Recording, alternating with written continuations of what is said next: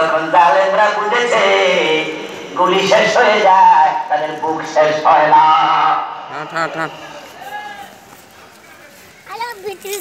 আমাদের একজন ভোর বিশ্ববিদ্যালয়ের প্রফেসর, তিনি এসে পত্রিকার রিপোর্টারের সামনে, সাংবাদিকের সামনে বললেন, কয়জন মারবা?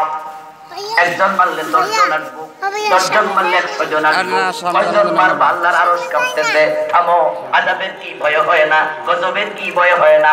অভিশাপের কি ভয় হয় না? তারে বক্তৃতা বারুদের মতো সাহস জুগিয়েছে। সত্যি তাই হলো, আলহামদুলিল্লাহ। এক সময় গুলি দেয়া বন্ধ হয়ে গেল। যে সেনাবাহিনীর প্রধান উনি নিয়োগ দিয়েছেন তার আত্মীয়, তিনি দৌড়ে গিয়ে বলছেন, ম্যাডাম 45 মিনিটের বেশি সময় নাই, তাড়াতাড়ি পালান, পালিয়ে যান।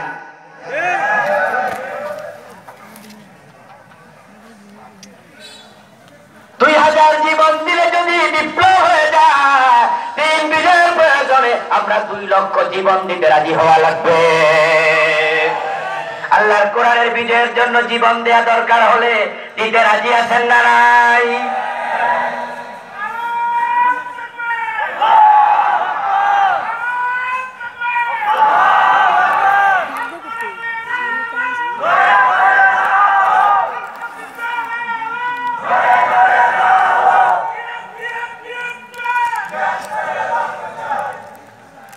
আমার প্রিয় ভাই, রাসূলুল্লাহ সাল্লাল্লাহু আলাইহি ওয়াসাল্লাম কোরআনের বিজয় করলেন একা নয়।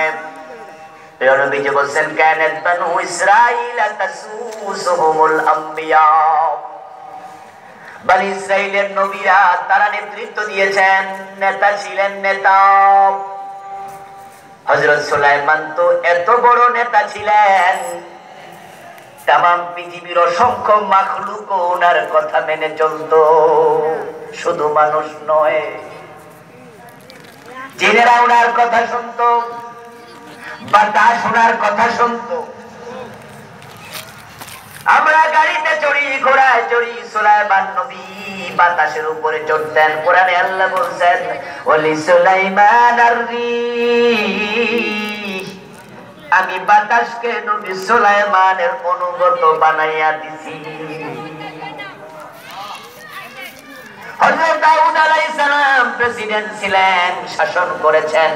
বনি ইসরাইলের নবীরা নেতা ছিল, তারা সবাই বাদশা ছিল, প্রেসিডেন্ট ছিল। দিন তারা বিজয় করেছে, কারণ দিন যদি পরাজিত থাকে, সমাজে দিন মানার পরিবেশ থাকে না।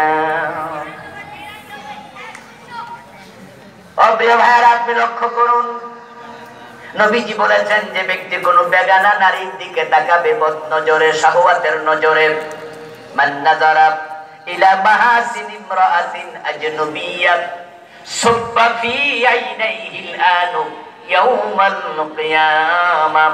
নবী মুহাম্মদ সাল্লাল্লাহু আলাইহি ওয়াসাল্লাম বলতেছেন, যদি পরনারীর দিকে কেউ খারাপ নজরে তাকায়, শাহওয়াতের নজরে তাকায়, তার চোখের মাঝে সীসা গলাইয়া দেয়া হবে।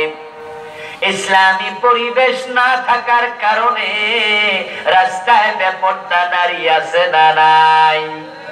চোখ হেফাজত করা সহজ না কঠিন? চোখের ব্যাপারে আল্লাহর সামনে কি হবে?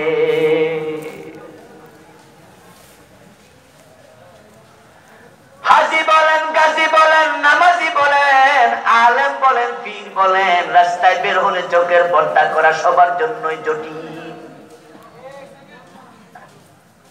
বিশেষ করে ঢাকায় যদি যাই, গুলশান বনানী অঞ্চলে এমন জায়গাও আছে ঢাকা শহরে, ভিআইপি জোন, যেখানে গেলে রাস্তার দুপাশে দেখা যায় এমন মেয়েরা হাঁটছে যাদের গায়ে ওড়নাটাও নেই।